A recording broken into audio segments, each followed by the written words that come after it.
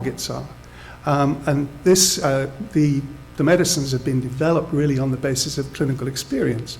You put these plant extracts together and you cure the disease. And that's all we know. We don't know what the targets are. And if you don't know what the targets are, it's very difficult to have any scientific basis for improving on the medicinal value of those extracts. Now that's changing. There's a lot of new research in China, South Korea, and so on, aimed at identifying targets for plant metabolites in these complex mixtures. And that's going to be important to what we do as well. Now, there are many different ways in which people have tried to exploit the extraordinary power of the plant genome to generate chemical metabolites with bioactivity. And one of the first ways of doing this is a very obvious way, and it's called elicitation. And the idea here is that if these compounds, these bioactive compounds in plants, are there for defense, then what we want to do is to elicit the defense response in plants or plant cells and see what comes out. And this produces a whole slew of known and unknown metabolites from the plant cells or plants. And this accesses the chemical diversity of a species, or at least it accesses the defensive chemical diversity of a species. So it's actually quite useful from that point of view. But of course, you don't know what these chemicals are going to be doing. You don't know what their bioactivity is until you separate them chemically and then analyze them pharmacologically. So it's a useful way of accessing chemical diversity, and it's an alternative to compound libraries. But it doesn't really get to the heart of the matter, which is finding new medicines in plants. The other problem with elicitation is it's unstable. You can find something one week, and then the next week you won't be able to find it because the plant defense response has been changed. So it's a really good method, but it lacks subtlety. Now, this is what we do, and I'm not going to go through this in a great deal of detail because I've got another talk later on this morning in which I'm going to give you a full example of this. But we use mutation, and a lot of other people have used mutation as well. And the problem with the mutational strategies that have mostly been used is that the mutations are unstable. So again, like elicitation, you can find a compound which is really interesting, and then it goes away, and you can't find it again. So you need stable mutations, and what we use is a technique called activation tagging mutagenesis, which has been around for about 15 years now.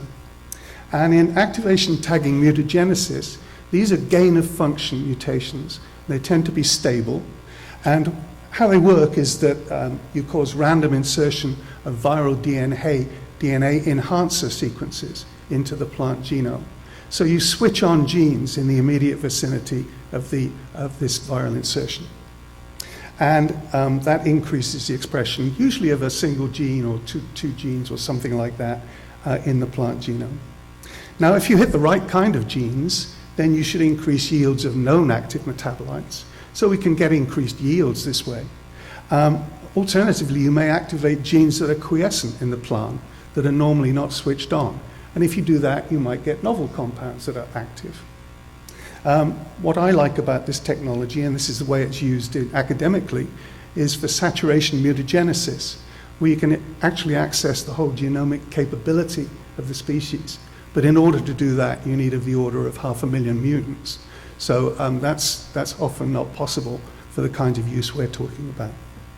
One of the beauties of mutation is if you have a stable mutation, you can protect the intellectual property in it.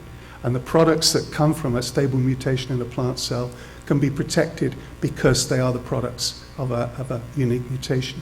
So that's one of the great values of mutational strategies. Now, in order to try and prove that this was possible, we did some studies which I hope never to have to do again. And what we did was we took tobacco, which is kind of lab rat for plant research, and we made 10,000 mutant callus cultures. And this here is about 2,000 of them. So you can get 10,000 individual mutants in a single plant cell incubator. And that's why we use plant cells rather than intact plants.